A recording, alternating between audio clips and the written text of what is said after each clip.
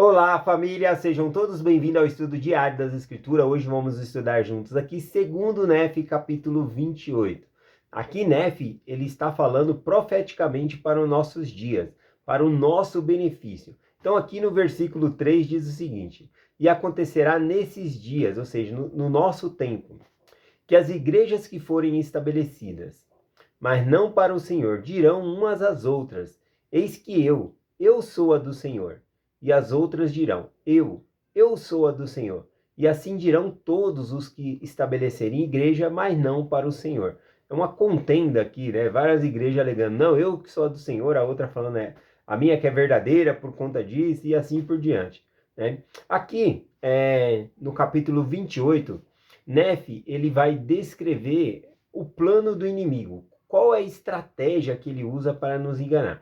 Então, aqui nesse versículo, ele está falando da formação de igrejas que não estão formadas para o Senhor.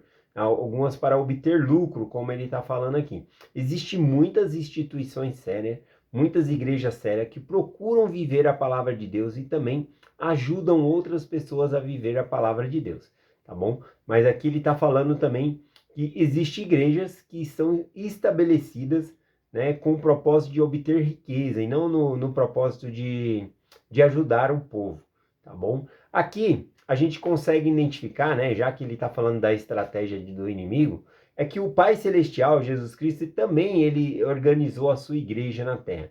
Então é natural que o inimigo também organize forças para desvirtuar as pessoas do caminho do Senhor. Então é natural que ele faça isso. No livro de Apocalipse, a gente vê ele plagiando, né, o Pai Celestial e Jesus Cristo. Plagiar é copiando. Por exemplo, lá em Apocalipse fala que Jesus Cristo ele é o cordeiro morto desde a fundação do mundo. O cordeiro que foi degolado, mas está vivo. E aí, falando sobre Lúcifer, fala que ele é o dragão que foi ferido de morte, mas está vivo. E assim por diante. Então ele sempre está plagiando, né? Por exemplo, quando é, o inimigo aparece a Moisés, ele diz a Moisés o seguinte: eu sou o unigênito do Pai, adora-me, né? Ou seja, ele está tentando se passar como Jesus Cristo. Então sempre ele tenta se passar ali por Jesus Cristo. E aqui ele também tenta organizar igrejas como se as pessoas estivessem buscando a Deus. Mas olha aqui o ensinamento dentro dessas igrejas que Nefe vai descrever aqui, tá bom? Continuando aqui, ó, versículo 4 e 5.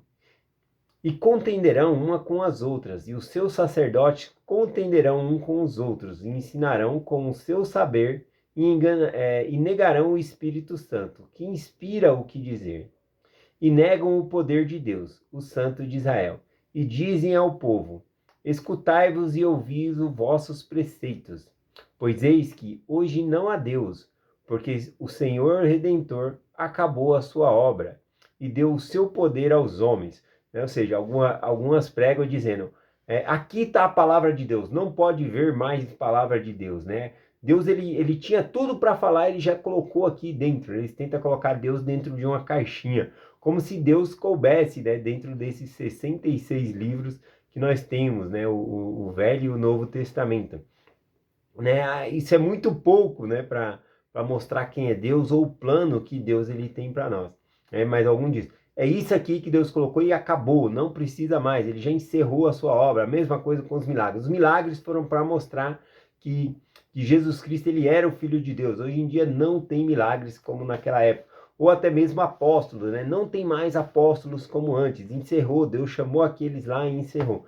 Né? Então, eles negam o poder de Deus de chamar novos profetas, de continuar a sua obra por meio da palavra dele, né? Concedendo novas escrituras e assim por diante.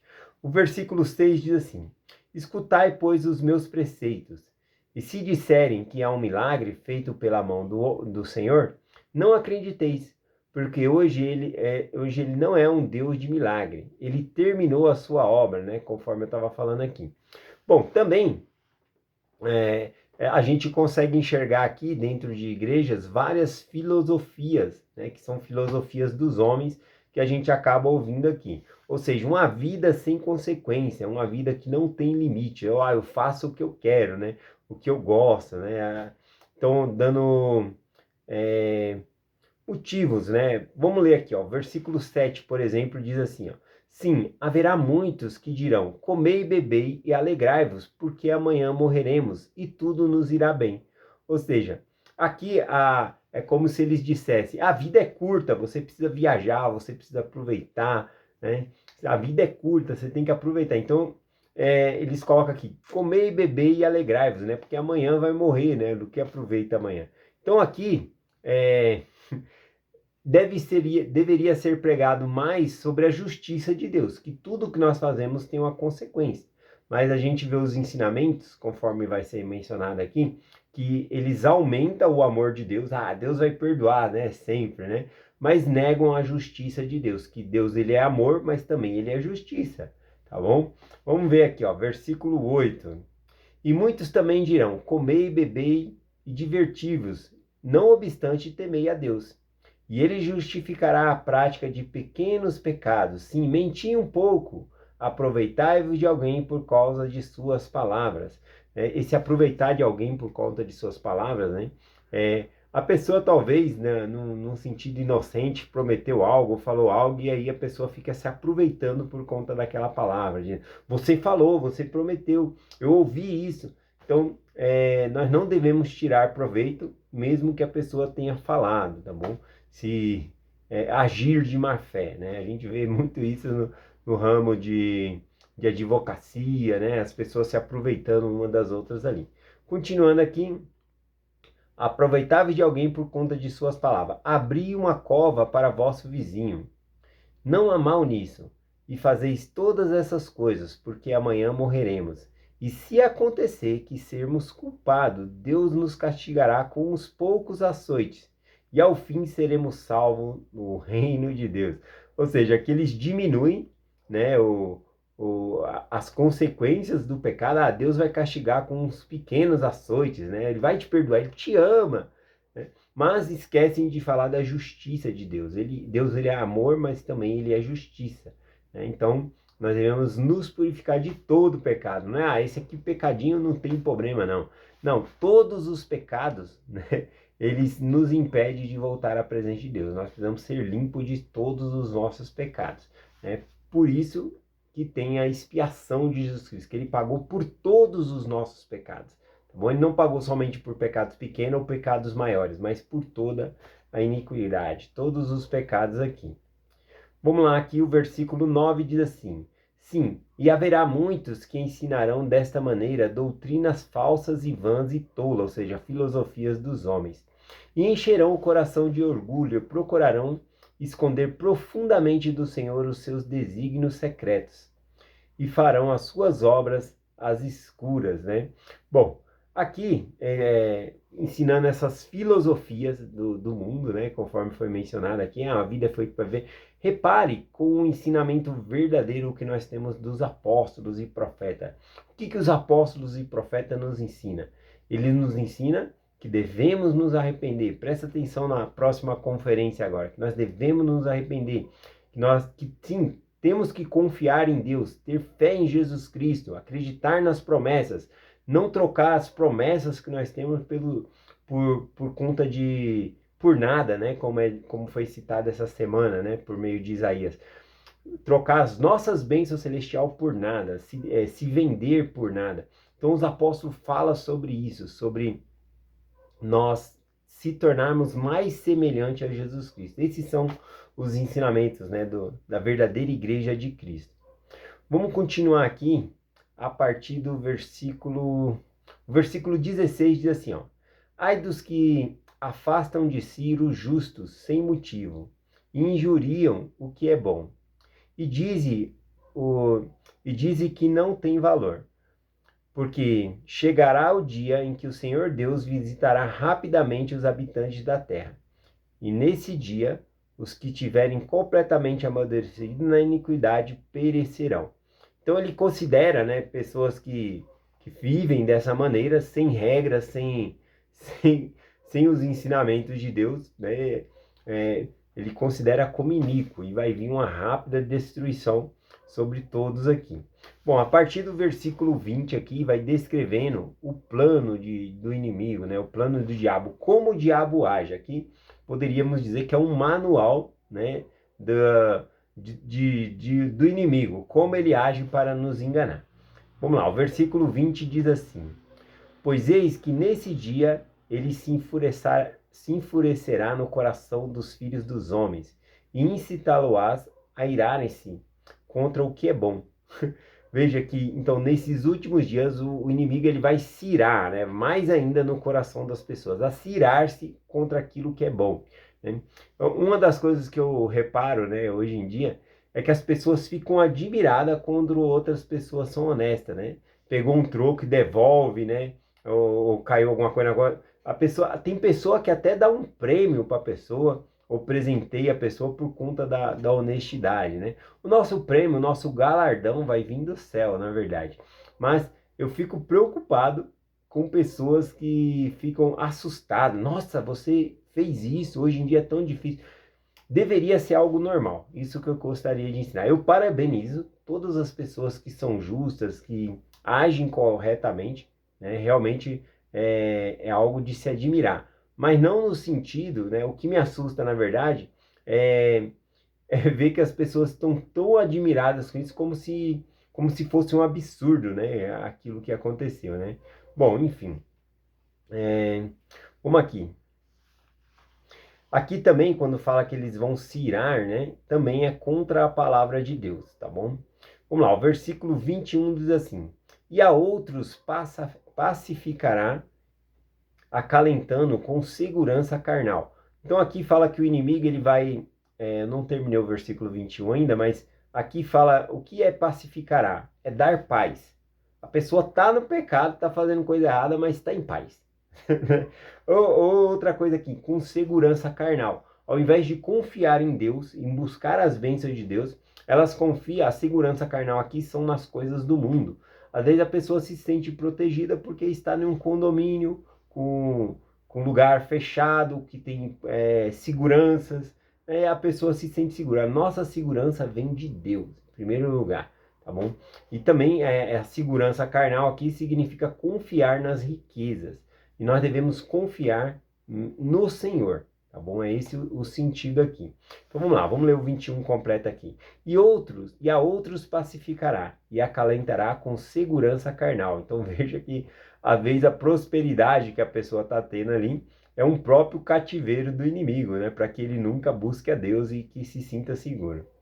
De modo que dirão, tudo vai bem em Sião. Esse tudo vai bem em Sião, Sião é o povo do Senhor, né? Então aqui a gente pode dizer que são pessoas que vão à igreja, falar, tá bom, eu tô indo na igreja, né? Eu tô salvo, tô garantido, né? Eu tô indo na igreja, mas não é só isso, a gente tem que realmente entregar o nosso coração a Deus, participar do sacramento, lembrar do sacrifício que Cristo fez por nós, nos envolver em atividades da igreja, apoiar, né, as organizações e assim por diante, né? Então aqui ele fala que vai dar paz no coração das pessoas, né? O inimigo ele dá paz e segurança ao coração das pessoas. E aí a ponto delas dizer, né? Tudo vai bem em Sião, sim, Sião prospera, tudo vai bem. E assim o diabo os engana, e engana suas almas e os seduz cuidadosamente ao inferno. Então esse é o método, né, que o inimigo ele usa aqui para enganar as pessoas. Aqui eu peguei um comentário de Jacó, lá em 2 Nef, capítulo 9, versículo 51, tá bom? Que fala um pouquinho sobre essa parte aqui, né, que ele fala se acalentar, segurança carnal, né, que é os bens materiais.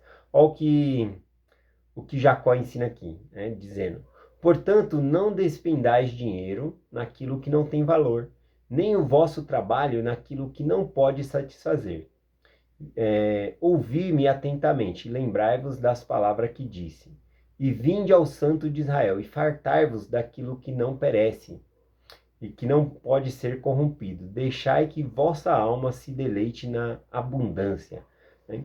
Então aqui ele fala sobre não ficar correndo atrás das coisas, despender tempo. Quando ele fala despender dinheiro naquilo que não tem valor, às vezes a gente coloca tanta energia, tanto dinheiro, sacrifício nosso para outras coisas, né, e esquecemos de buscar a Deus.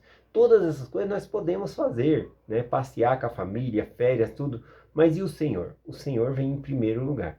Então cuidado para não despender tempo somente naquilo que não vai satisfazer a sua alma, né, satisfazer o seu espírito. Esse é o sentido. Um exemplo disso é uma chupeta, né? Uma chupeta, né, muitas vezes acalma o neném ali, mas enquanto o neném está chupando aquela chupeta ali, ele não está recebendo nada. Qual o nutriente que ele está recebendo? Não recebe nada, tá bom?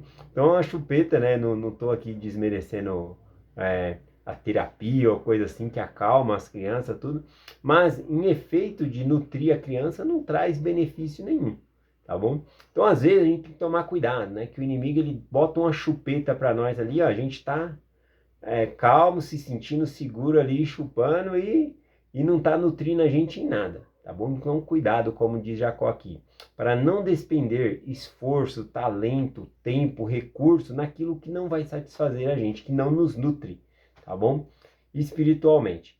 Continuando aqui, o versículo 22 diz assim: Eis que a outros ele lisonjeia, dizendo que não há inferno, e diz: Eu não sou o diabo, porque ele não existe, e assim me sussurra aos ouvidos, até agarrá-lo com suas terríveis correntes, das quais não há libertação. Então aqui ele fala o método, né, do inimigo, as ferramentas que ele usa, frases prontas ali para ir enganando as pessoas. Vamos aqui para o versículo 25, 24 e o versículo 25. Diz assim: Portanto, ai dos que estão, ai do que está sossegado em Sião, ai do que clama, tudo vai bem, estou bem, ou seja, eu estou bem, né? Estou indo à igreja. Esse é o sentido da frase aqui. Ai daqueles que acham que está tudo bem, né? Tá lá com a chupeta lá e não está sendo nutrido, né? Esse é o sentido aqui. Vamos para o versículo 30. Versículo 30 diz assim: Pois eis que assim diz o Senhor Deus: Darei aos filhos dos homens linha sobre linha, preceito sobre preceito. Sabe o que significa esse linha sobre linha, preceito sobre preceito? Um pouco aqui, um pouco ali. Significa que nós não podemos deixar o caminho do Senhor. A gente sempre tem que ouvir a conferência geral, a gente sempre tem que ir na igreja, ouvir, né, os oradores, a reunião da sacramental, reunião da estaca. Todas essas reuniões vão nos nutrir. A gente vai receber um pouco aqui, um pouco ali. A gente não pode cair no sentido de que nós já sabemos. E aí a gente vai para essas reuniões totalmente despreparado. Não, a gente tem que ir com o coração totalmente aberto para receber novos mandamentos e novas instruções. Tá bom? Então isso é receber linha por linha, um pouco aqui, um pouco ali.